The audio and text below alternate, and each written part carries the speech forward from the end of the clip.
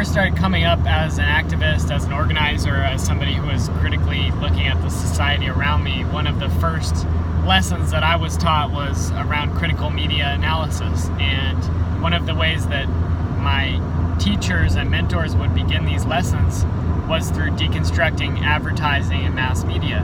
So we'd look at things like billboards or magazine ads or TV shows or music videos, and we'd break down what exactly is happening, what are the messages that are being portrayed in this media, and how do those benefit the existing power structures.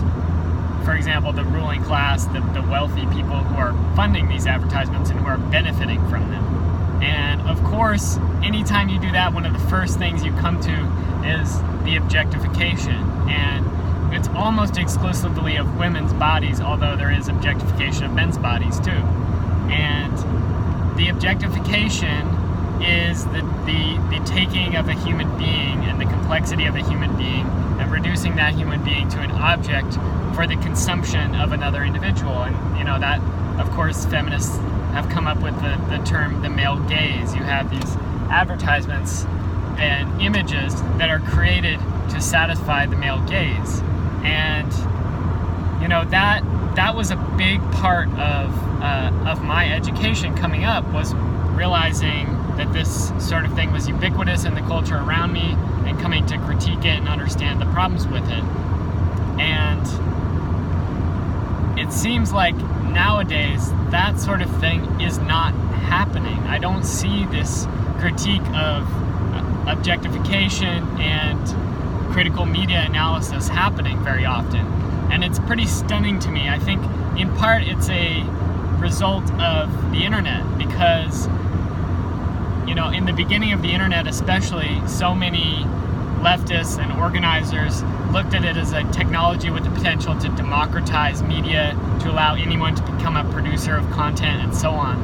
And we have seen that become the reality. We have seen this massive diversification where we've gone from this model where mass media was produced and distributed just via a few major channels controlled by corporations, to now we have mass production of media. So many people are creating their own media, but of course those channels are still controlled by corporations, and the messages that are being distributed by those channels are still the same messages that we saw beforehand. So we haven't seen any change to this tendency of objectification.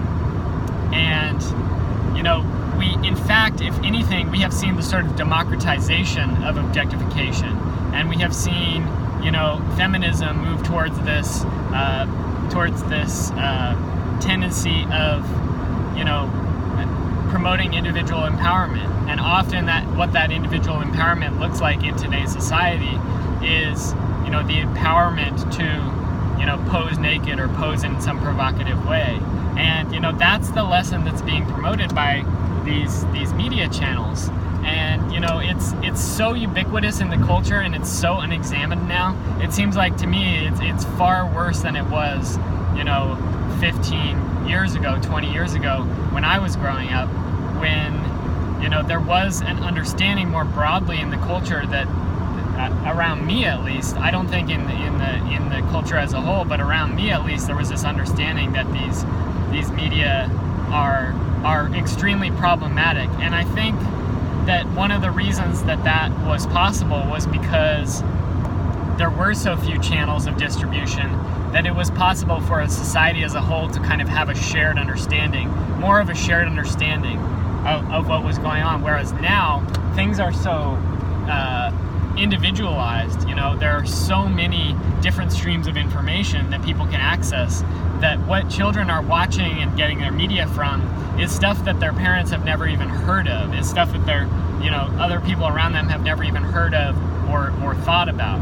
And there is no sort of universal experience. It's all tailored to the individual demographic. And that's what media corporations have been able to do over the past decade through the internet, is tailor everything to the individual, and this hyper focused data analysis and data collection that invades and destroys any sense of privacy that individuals once had.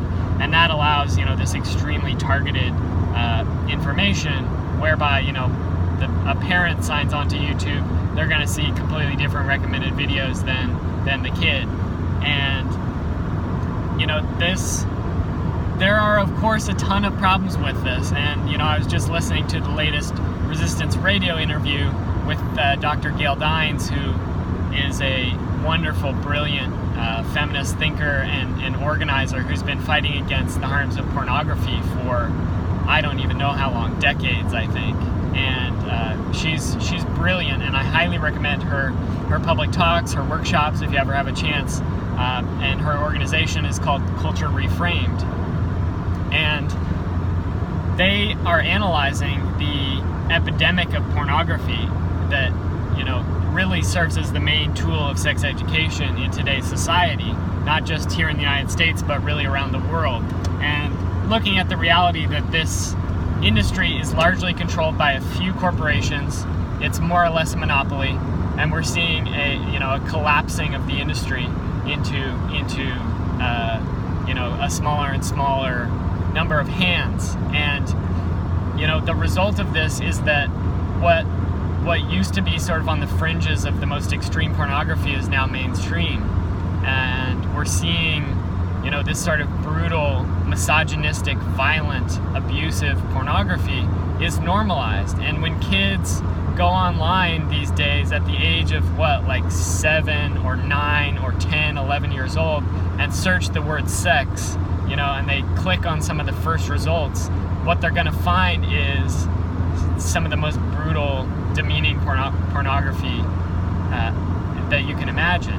And this is what kids are internalizing as normal, and it is changing the culture. We have seen this Me Too movement and so on, but there is a reason why we have seen this uptick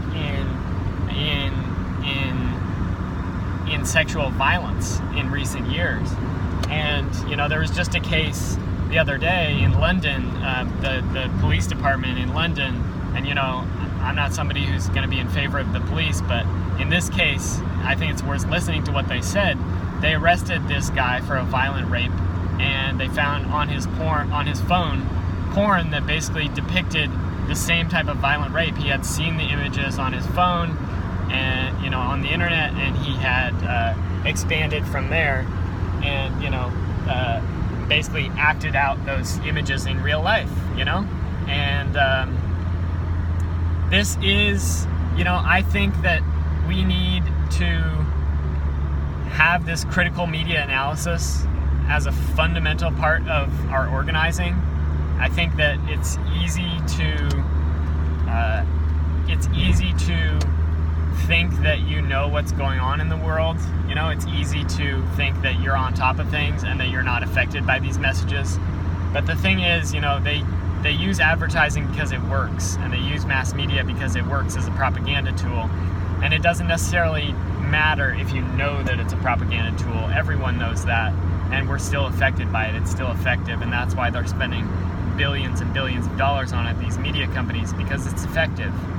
And I spend time with middle schoolers a couple times a year, leading them on some wilderness trips, and just trying to get them outdoors, connecting with nature, off their screens, connecting with each other, having a good time. And I'm always thinking about the boys, especially, how they're being affected by these messages, and by pornography especially, and by the fact that what used to be considered pornographic and exploitative and objectifying is now not even considered pornography. It's mainstream. It's in their video games, it's in their music videos, it's in the mass media that they're consuming. And when you're 12 years old, you're not going to look to your parents to tell you what's cool. You're going to look to what's on TV, what's on the YouTube channels, what your friends are talking about, what media is being produced and marketed to you with big business and big budgets, telling you that this is what's cool and this is what the cool kids are doing. And I don't know what the solution is. I admire people who are fighting and who have dedicated their lives, like Dr. Gail Dines, to fighting these things, and it's something that I feel the need to continue to speak up about and spread the word about. And my call or my request, my ask for people who are watching this video is that you brush up on your critical media analysis skills and step away from some of the media that you just consume and start to look at it with a more critical lens and what sort of messages it's passing along. And especially if you're watching pornography or if you're using pornography, that you really consider what that is doing to you, to your sexuality, to your ability to relate to other people, how that's affecting your relationships with your loved ones and people who you love. And we need to stop relying on these things. This is toxic mass media. It's poisoning us. It's no different than pollution, air pollution, water pollution. It's no different than being addicted to the internet. It's no different than some sort of toxification or radiation. These are external factors that are created by a patriarchal, capitalistic, industrial culture, and that do not serve us as human beings, that do not make our lives more rich or more valuable. They may bring us this ephemeral pleasure like fast food or something, but they're killing us, they're destroying us, they are undermining our authentic selves. And we need, if we want to find some real happiness in this world, which I think we all deserve a chance at, then we need to reject these things and start to look for a more authentic sense of self, a more authentic sexuality, that we can, figure out what we really want and enjoy with our partners and the people in our lives, at an authentic level, engaging in dialogue and being together and experimenting and doing, the things that humans have done for eons, when we love somebody, and not relying on this sort of toxic mass media to, serve up this sort of industrial sexuality, as a product, as something that is sold to you. And of course, it doesn't matter whether it's free or not, because the online pornography companies are really some of the pioneers in data collection, in advertising, in different methods of monetization.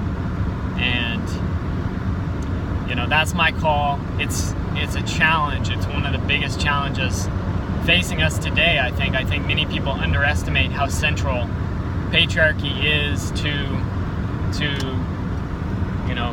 modern destructive society. And I think many people underestimate how central pornography is to patriarchy today. I think it really is something that provides the sexual template for especially men and boys in this culture, but increasingly, everyone. And we need to look at that critically. We need to reject it. And, ultimately we need to dismantle it.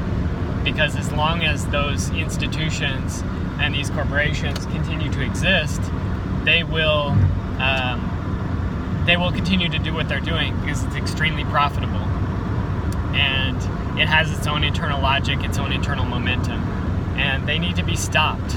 They're not going to stop of their own volition, so they need to be stopped.